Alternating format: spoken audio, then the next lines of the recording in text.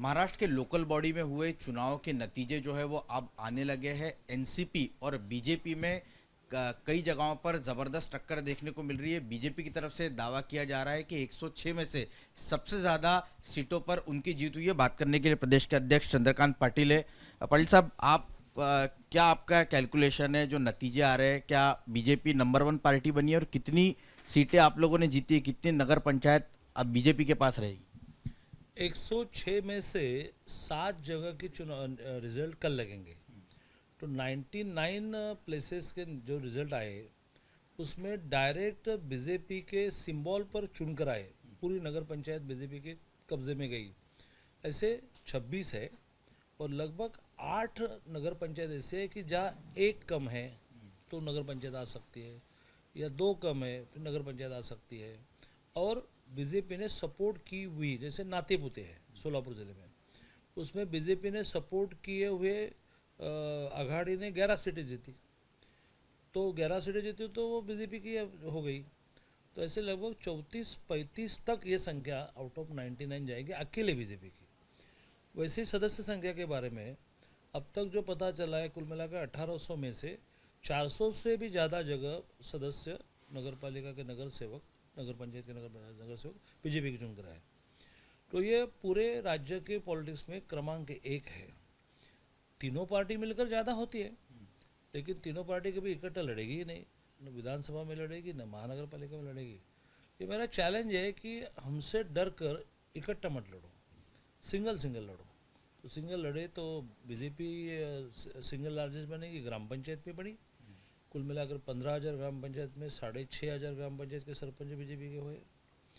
फिर विधान परिषद में हुई, 6 में से 4 विधान परिषद बीजेपी का है। फिर पंढरपुर में बाई इलेक्शन में बीजेपी ने जीत प्राप्त की। जिला बैंकों में अपना कुछ नहीं था, वहाँ सिंधुदुर्ग में जीते, ठाणे में जीते, धुलिया में जीते। तो सिंगल पार्टी बीजेपी और तीनों मिलकर आप, तो ये रिजल्ट है। तो अलग अलग लड़ो तो क्या होता है देखते हैं। लेकिन अगर विधानसभा के चुनाव होते हैं, आपको लगता है कि फिर ये वही अर्थमेटिक हो जाएगा कि बाद में तीनों एक साथ आ जाते, सरकार बना लेते? क्लियर तौर पर बीजेपी क्या विधानसभा के चुनाव भी विधानसभा की चुनाव अब होगी, चाहे वो मिड टर्म पोल हो, चाहे वो रूटीन 2024 की हो, बीजेपी तीनों साथ में लड़ने के बाद, तीनों अलग अलग लड़ने के बाद भी 160 के नीचे नहीं जाएंगी। इतनी ज़बरदस्त संगठनात्मक ऑर्गेनाइजेशनल स्ट्रेंथ बढ़ाने का हमारा दिन रात प्रयास चल रहा है। आपको लगता जो अनरेस्ट है महाविकास महाराष्ट्र में, विकास नहीं, नगर पंचायत में क्या होता है कि लोकल इश्यूज होते हैं, लोकल पर्सनैलिटी होते हैं। विधानसभा में थोड़ी चुनाव ऊपर आती है, लोकसभा में और ऊपर आती है, वो मोदी पर चलती है, देवेंद्र जी पर चलती है। तो उसमें ऐसा नहीं होगा। लेकिन आपको लगता है कि आप जैसे जिक्र कर रहे हैं कि मिड टर्म पोल का आपने जिक्र किया, आपको लगता है कि मिड टर्म पोल की कोई संभावना है? मेरा यह आकलन है, क्योंकि 2 साल कोरोना के कारण सारे अपने अपने घर में छुप कर बैठे थे, अभी बाहर निकल रहे हैं, तो अब उनको ध्यान में आ रहा है कि बहुत घोटाला हो गया।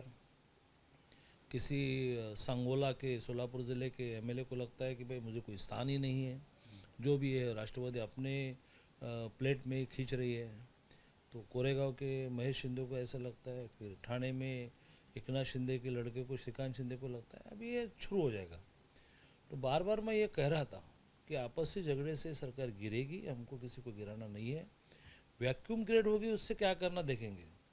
लेकिन अब मेरा मत है कि वैक्यूम क्रिएट होने के बाद भी इन किसी के साथ में सरकार नहीं बनानी है, तो मध्यावधि होनी है। यानी आपका ये बड़ा स्टेटमेंट दिख रहा है, क्योंकि इसके पहले जब देवेंद्र जी या आप लोग कह रहे थे कि अगर ये सरकार गिरती है तो पर्याय सरकार बीजेपी दे सकती है, लेकिन अब आपको ऐसा क्यों लगता है कि इनके साथ जाने में कोई ज़्यादा तात्पर्य नहीं होगा? अकेले चुनाव लड़े या मिड टर्म पोल में जाए तो ज़्यादा फायदा होगा? फिर से ये मेरा मत है, केंद्र निर्णय करता है।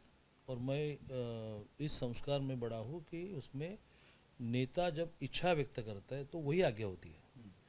तो अलग भी हो सकता है, लेकिन मेरा ये मानना है कि गत 26 महीनों में इन्होंने इतनी तकलीफ दी है, कार्यकर्ताओं के संसार उद्ध्वस्त किए इन लोगों ने।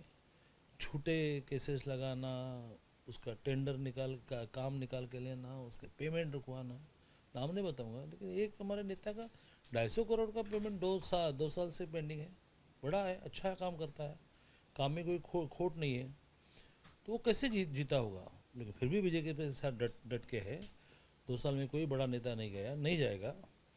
तो इसके कारण एक मन में कटुता निर्माण हुई है कि भाई इन्होंने सत्ता के लिए इतना लोगों को जलील किया है, लोगों को तकलीफ दी है। 78 सुसाइड एसटी कर्मचारियों की कल क्रॉस हुई। ये सरकार है? ऐसे लोगों के साथ क्यों काम करना? हम अपने बलबूते पर 160 जगह चुन कर लाएंगे।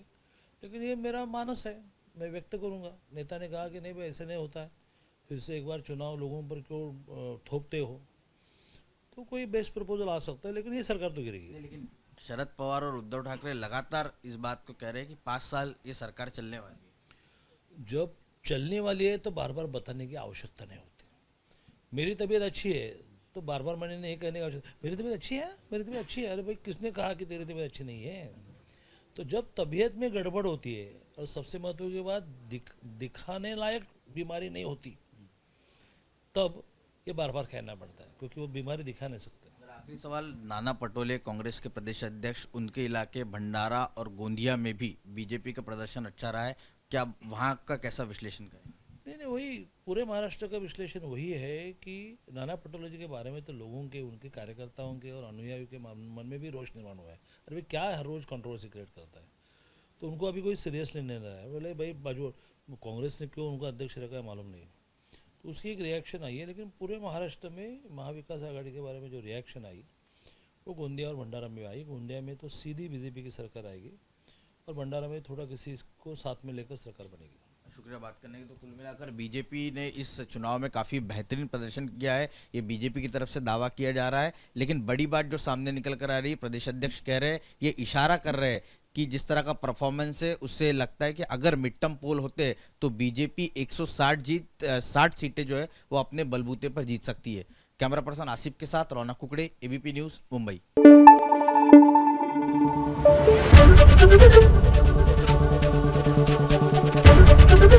एबीपी न्यूज आपको रखे आगे।